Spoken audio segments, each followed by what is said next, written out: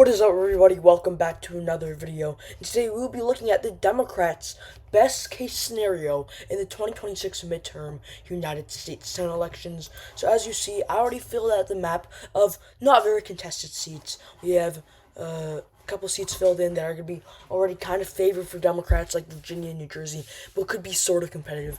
And there are a couple already Democrat-held seats like Georgia, Minnesota, Michigan, and New Hampshire in here. They are likely going to go to the Democrats in a favored Democratic environment.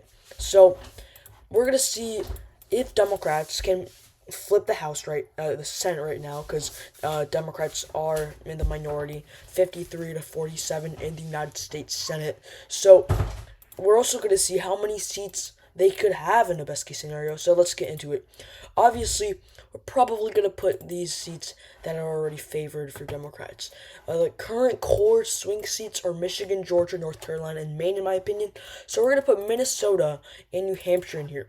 In 2020, because Senate terms are every 6 years, Minnesota went to Tina Smith, who is now retiring, by 5.2%. Now, she probably would have been won by more, but Kevin O'Connor of the Legal Marijuana Now Party did take 6%. So that's basically like 64 to 43%. So Tina Smith basically won by 10 points. New Hampshire, this one actually went safe Democrat in 2020. Jean Shaheen won by 15.6% in a much bluer New Hampshire, but New Hampshire has changed a lot since then, and Jean Shaheen is also retiring. Minnesota, you can expect Lieutenant Governor Penny Flanagan to fill in Tina Smith's seat, and in New Hampshire, you can expect Chris Pappas, the representative from New Hampshire's 1st Congressional District, to fill in that seat. So, let's talk about South Carolina now. South Carolina, I'm going to put in lean Republican. It could get competitive in an extremely blue scenario. Lindsey Graham, not very popular, sometimes considered right now, only won by 10% in 2020, but cut him some slack here. His opponent was Jamie Harrison, the former DNC chair, and he was DNC chair back then, and he spent so much money on this race, it was kind of crazy. But South Carolina actually has trended to the left quite a bit. So in 2026, if it's like really, really Democrat, the national environment, you could see South Carolina going maybe Republican +4. So there you go with South Carolina. Now let's go to Michigan. Michigan, I'm going to be putting in lean Democrat. You see Gary Peters, he won by 1.7% against now Representative John James, who's running for governor.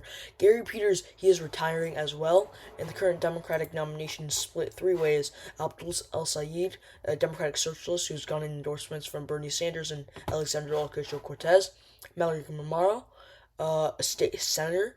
Haley Stevens, very APAC U.S. representative. So, honestly, all three of them really could do the same against their likely Republican opponent, who is former Representative Mike Rogers, and also candidate for the Michigan Senate seat that was up in 2024. That one, he lost by 0.34 percentage points against then Representative Alyssa Slotkin. So, Michigan, all three of these candidates, they have their weak spots, so they're probably going to win or lose by around the same amount. Mallory Camaro is definitely the more compromisal candidate that can result from a compromise. But once again, I think in a best case scenario, this would go D plus 3.5. Now let's go to Georgia now. Georgia, this is the final Democratic held seat. There were two Georgia races in 2020. One was a special that's up in 2028, I believe. But Georgia, John Ossoff won by 1.2% against David Perdue in 2020 and won the runoff in 2021. So, John Ossoff this time around will likely go against Republican Mike Collins. Right now, it is somewhat of a competitive primary, but Mike Collins is winning every single poll, but it will likely go into runoff. Derek Dooley has been endorsed by Georgia Governor Brian Kemp, but Buddy Carter could make this competitive, but in a runoff, Mike Collins will definitely be the favorite.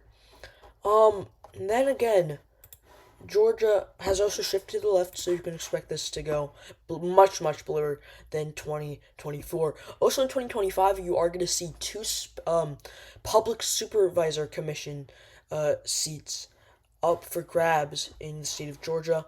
Those are favored for Democrats, but those results could tell somewhat of what we can expect in Georgia for the governor and Senate elections in 2026. So there we go. All of those Democratic held seats will go to Democrats. That gives Democrats 47 and Republicans 46, with 7 seats remaining. We're going to start off in North Carolina. North Carolina will go lean Democrat.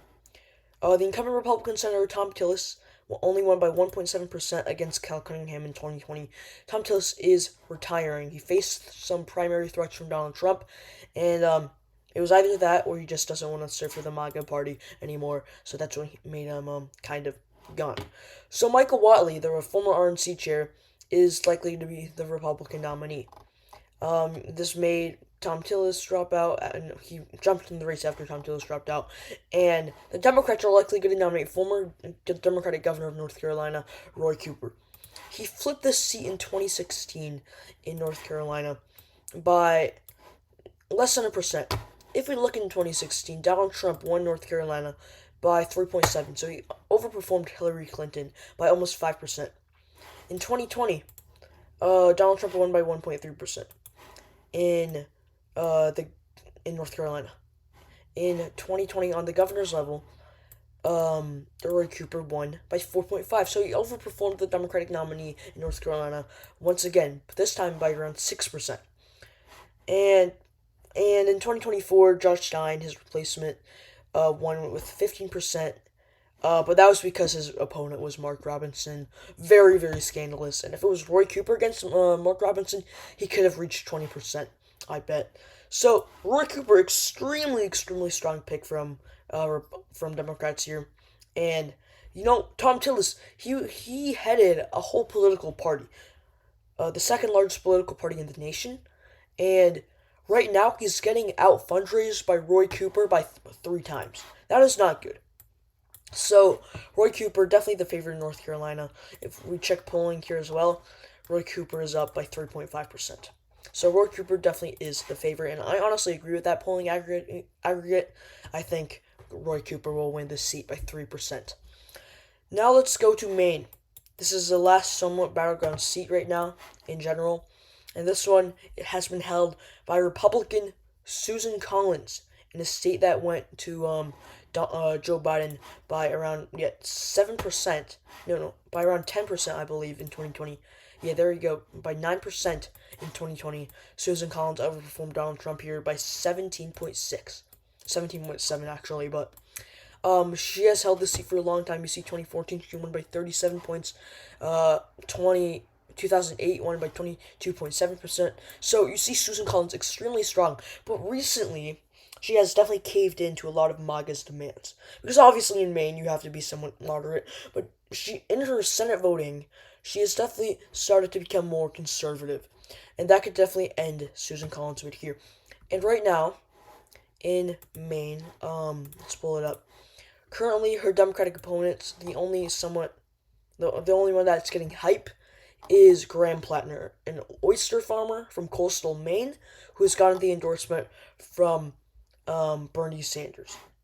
So this is big, considering he's very progressive, pro-Palestine. And Jeanette Mills, the governor of Maine, who is term limited in 2026, is likely to jump into this primary. It's going to be an interesting primary. We could see we're seeing Zohran Mamdani versus Andrew Cuomo primaries shape up all over the country within the Democratic Party. That's very, very interesting. So, right now, I think Susan Collins isn't favored. In a normal scenario, I would have it as tilt Democrat, but in this best case scenario, I do have it D plus 3.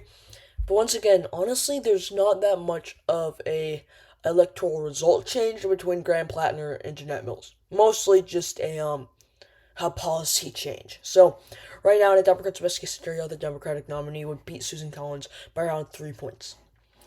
So now let's go to the final 5 seats.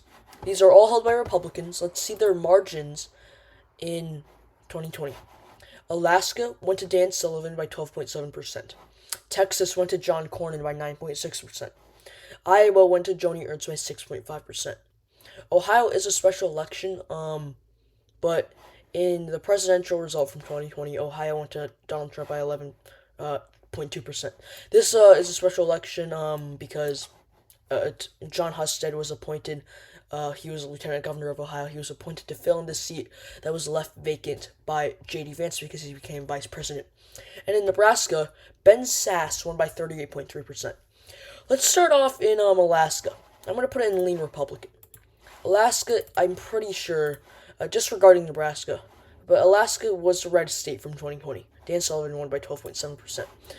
Alaska, he's likely to face against Mary Peltola as really the best Democratic candidate. Mary Peltola, former representative from Alaska, and she lost her seat by a very, very small margin in 2024 in that red wave we saw with Donald Trump.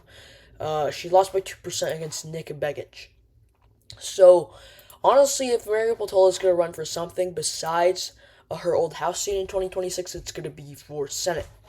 But we've seen polling, and it's not exactly the best thing we're seeing for Mary Peltola, because remember, Alaska is still a pretty Republican state.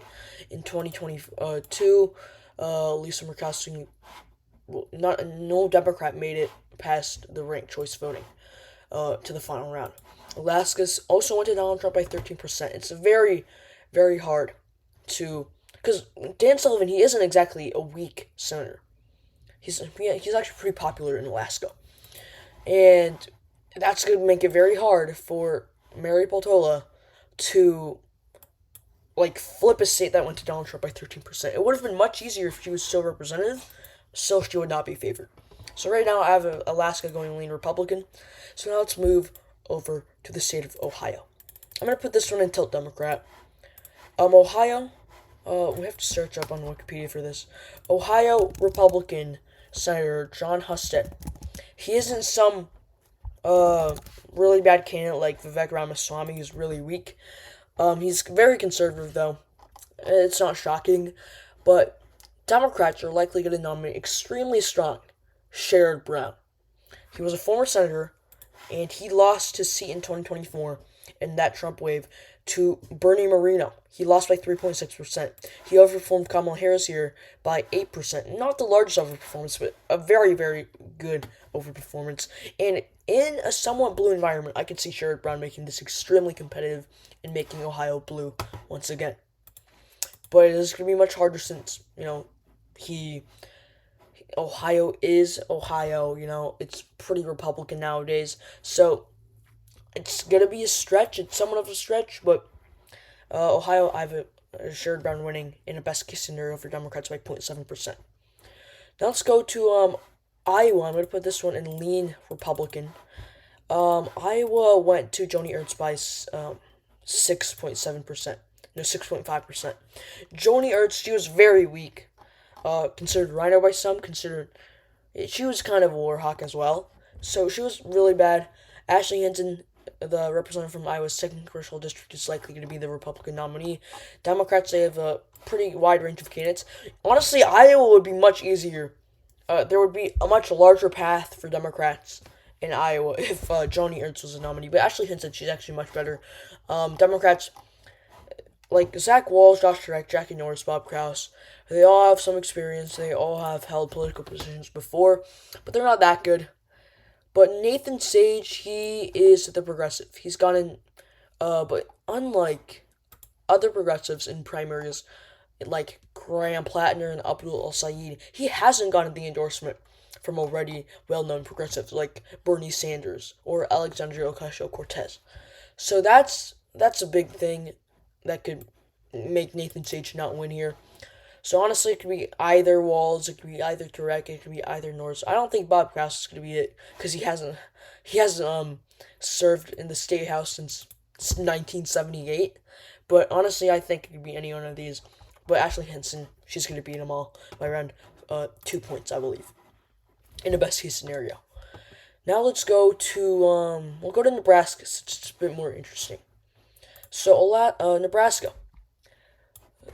Democrats have already agreed to not run anybody, and they've endorsed independent candidate and former union activist Dan Osborne. He only lost to Deb Fischer by 6.7% in a red wave. He overperformed Kamala Harris in Nebraska by around 14%. Deb Fischer, she is weaker than now, in 2026 Pete Ricketts, who's Osborne is going to be up against. Ricketts is somewhat of a better candidate, has a better approval rating. Yes, you see here Jane Cleave has announced that they will not intend to recruit a candidate. So, Dan Osborne, probably going to be a bit worse, but in our usual environment, because once again, Ricketts is better than Fisher. But in a blue environment, it is possible. So I'm gonna put it in tilt Republican in a Democrat's best case scenario. You have what? Yeah, Osborne losing by 0.4, 0.6. So now we move on to our final seat. How does Texas? Before what we saw, I would have put no, not 2024, 2022. Before what we saw recently, I would have put I would have put Texas in tilt Republican. But now James Tallarico, a progressive and very pro-Christian Democrat, has entered the Democratic primary. He's a state representative, probably the most well-known state representative in the state of Texas, and he is challenging Colin Howard, a former representative, very establishment, and he lost to Ted Cruz, Republican Ted Cruz, in 2024 for that Senate seat. He lost by 8.5%, only overperformed Kamala Harris by around 5%, but James Tallarico is now coming close to beating Allred just a couple weeks after announcing his campaign. So that is really, really big for Tallarico, and Republicans are already split in a primary. With now also Wesley Hunt jumping into the race now. Wesley Hunt, a representative, he is very MAGA, like Ken Paxton, the Attorney General, they are both challenging incumbent Republican Senator John Cornyn. But unlike Paxton, Wesley Hunt does not carry the baggage that Ken Paxton has. Ken Paxton is very, very scandalous. He has a mistress. His wife filed for divorce a couple months ago. So honestly, Wesley Hunt definitely would be the best candidate for Texas, for the Republican Party here. But Wesley Hunt, he is unlikely to win. He's 14 points under Cornyn and 17 under Paxton. But something I would also like to say is that Cornyn has definitely started shifting in polling recently. Before, he was losing to Paxton by 10, by 16, by 8. Now he's coming in under 1, up by 1. So, yeah, we're seeing some pretty good news for John Cornyn. Yeah, up by 5, up by 1. So, yeah, this all started to happen in mid-September, it seems. Actually, no, it started to happen, August. Because before then, he was losing by double digits. So, honestly, if Republicans nominate Ken Paxton, which they seem like they will, he's probably the worst candidate electorally wise, and Democrats nominate James Tallarico, it's very possible that Democrats could flip Texas. And this would give them 51 seats, which would make them take the Senate in 2026. So, thank you so much for watching this video. I hope you enjoyed. Please remember to subscribe, like, and if you want to go the extra mile, you can buy the membership for only $2. You get so many extra perks, I can't even state them all. But, once again, thank you so much for watching, and I'll see you next time. Goodbye.